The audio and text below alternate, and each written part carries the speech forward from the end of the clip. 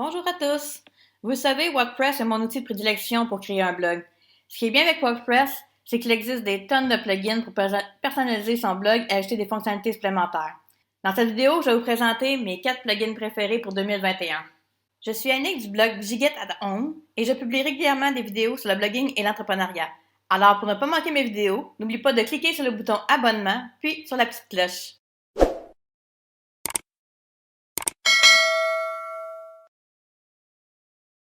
Le premier plugin dont j'aimerais vous parler est Yoast SEO. Pour bien positionner son contenu sur les moteurs de recherche, il faut faire de l'optimisation SEO. C'est exactement le travail de Yoast SEO. Il se décline en 2 versions, une version gratuite et une version premium. La version gratuite est amplement suffisante si vous débutez dans la création de contenu.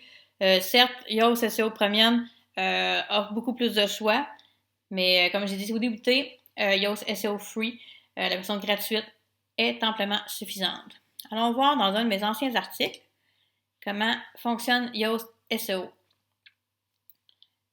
Voilà. On est sur Yoast SEO. Ce qui est bien avec la version premium que moi j'utilise, c'est qu'on peut modifier l'image et ce que va avoir l'air la publication sur vos réseaux sociaux, comme ici sur Facebook. Je pourrais changer l'image. Ou sur Twitter. Vous allez vraiment avoir la carte de comment il va apparaître sur vos réseaux sociaux. Mais la partie la plus pratique de Yoast SEO, c'est pour mettre sa requête cible, vos mots-clés. Ici, j'ai mis freelance vu que ça parle de freelancing.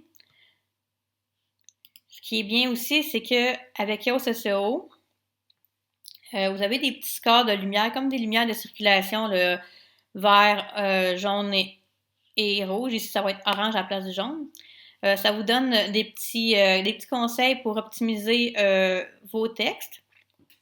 Par contre, il ne faut pas prendre ça à la lettre. Il faut chercher à avoir des points verts partout. Il ne faut pas oublier qu'on écrit pour des êtres humains et non pas pour les moteurs de recherche parce que Yoast SEO, il agit comme un robot, comme le ferait Google pour aller chercher tout ce qui est SEO dans votre texte. Donc, comme j'ai dit, on parle à des êtres humains, donc on écrit notre texte en conséquence, mais il vous donne les choses qui sont déjà optimisées vont être en vert. Comme ici, moi, il y en a plusieurs. C'est sûr que j'aurais quelques petites améliorations à faire, comme la longueur de la métadescription qui est trop courte. Ça, je pourrais le faire. Ça n'a aucune incidence sur mon texte. Mettre des textes alternatifs à mes images. Ce que je comprends pas, c'est que je les ai mis, mais ils les détectent pas. Ça arrive des petits bugs de temps en temps, mais bon. Sinon, ça vous donne vraiment des petits conseils sur l'optimisation de votre texte afin de faire remonter vos articles dans les moteurs de recherche. Le deuxième plugin, il s'agit de Elementor. Le plugin que j'utilise le plus, qui m'est le plus utile. Elementor, c'est un page builder ou un constructeur de page en français qui est ultra puissant. Le constructeur de page vous permet de créer des pages web avec le design que vous voulez sans toucher une seule ligne de code. Donc, a priori, vous n'avez pas besoin d'aucune connaissance pour utiliser Elementor. Elementor, ce qui est bien avec lui, c'est que c'est un système de back and drop, c'est-à-dire de glisser-déposer, comme vous pouvez voir à l'écran. On a juste à glisser les widgets sur notre page et les mettre où est-ce qu'on veut pour créer notre page web. Il est disponible à partir de 49 $ en version premium, mais il est disponible aussi en français. Et si vous n'avez pas l'intention de vous lancer dans la création de thèmes WordPress, la version gratuite vous suffit amplement. Comme vous pouvez voir, ma page d'accueil est totalement faite avec Elementor. Tous mes articles aussi sont faits avec Elementor. Construire une page web, ça me prend tout au plus 10 minutes avec Elementor. Donc, je vous le recommande vivement. Le troisième plugin dont j'aimerais vous parler, il s'agit de WP Rocket. Si vous ne connaissez pas encore ce plugin, il s'agit d'un plugin de cache. En gros, ce que WP Rocket va faire, c'est de mettre votre site en cache afin qu'il s'affiche plus vite. Un des critères pris en compte par les moteurs de recherche, c'est la vitesse d'affichage de votre site. Donc, vous avez plus de chances d'être mieux référencé. Alors, il en existe plusieurs plugins de cache sur le marché. Plusieurs sont gratuits, d'autres payants.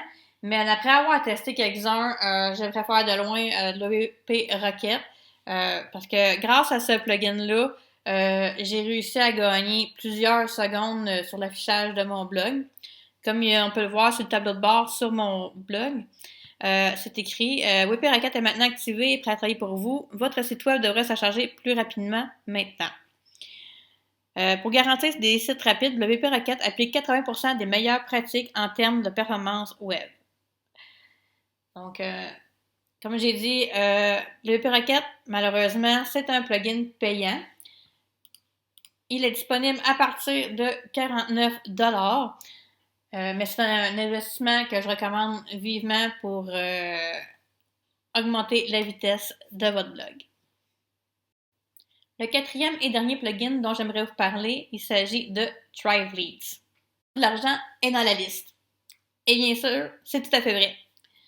Pour attirer des gens à s'inscrire à votre newsletter, il est indispensable de créer des beaux formulaires. Certes, vous pouvez le faire avec n'importe quel autorépondeur, mais la particularité de Thrive Leads est de créer des formulaires personnalisés.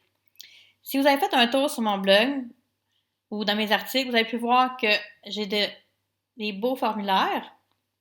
Ils sont tous créés avec Thrive Leads. Thrive Leads, malheureusement, c'est un plugin payant. Il est disponible à partir de 67$. Donc, je vais vous montrer un petit peu à quoi il ressemble. Ici, j'ai créé déjà une commande pour faire un formulaire. Je l'ai appelé test. Donc, on va éditer le design. Et déjà, on me propose plusieurs templates que je peux utiliser. Exemple. Je vais prendre celui-là. Je choisis mon template.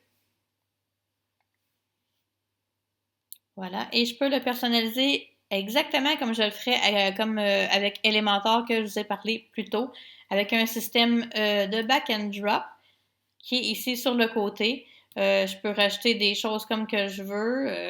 Je peux les enlever exactement comme Elementor. Sur ce, j'espère que tu as aimé la vidéo et je t'invite encore une fois à t'inscrire à ma chaîne et on se revoit dans une prochaine vidéo.